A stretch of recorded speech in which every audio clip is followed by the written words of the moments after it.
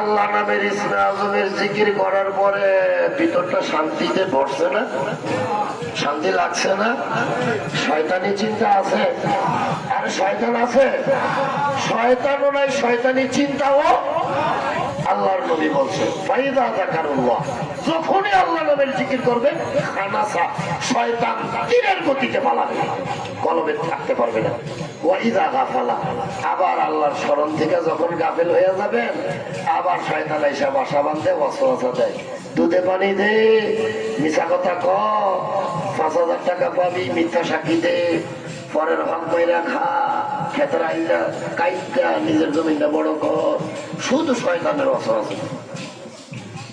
এইভাবে আল্লাহ নামের জিকিরের হালতে থাকবেন, শয়তানি চিন্তা থাকবে না।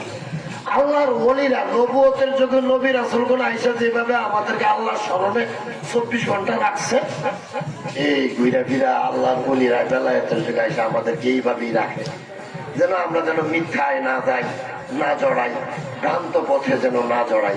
এইভাবে আল্লাহ নামের ইসমে আজমের জিকির করবেন। শুধু আল্লাহ এই নামটাই ইসমে আজমের নাম। সুবহানাল্লাহ বলেন।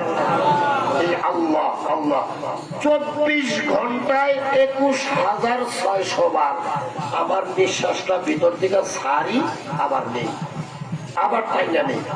কিন্তু এমন কিছু হতভাগা আছে যেটা একবার নিঃশ্বাসটা ছাইরা দিলে আর টাইনা ভিতরে নিতে পারে না। এটা মানে ইসরায়েলের ফোন দিয়া দিছে, শেষ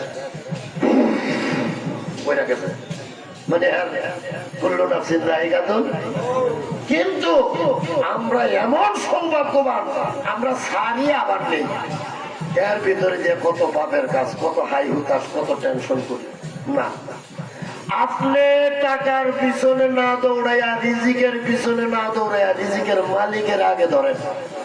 রবি দয়ালে কি আগে টাকার পিছনে দৌড়াইছে না টাকার মালিকের পিছনে দৌড়াইছে? আরে খোদেজান দয়াল কি আগে টাকার পিছনে দৌড়াইছে না টাকার মালিকের ধরছে? আগে রিজিকের পিছনে না দৌড়াইয়া রিজিকের মালিককে ধরেন। রিজিকের মালিক হইল রাজ্জাক। কথা বলেন ঠিক না বেটি? আল্লাহর একটা গুণবাচক নাম ইয়া রাজ্জাক, হে রিজিক দাতা।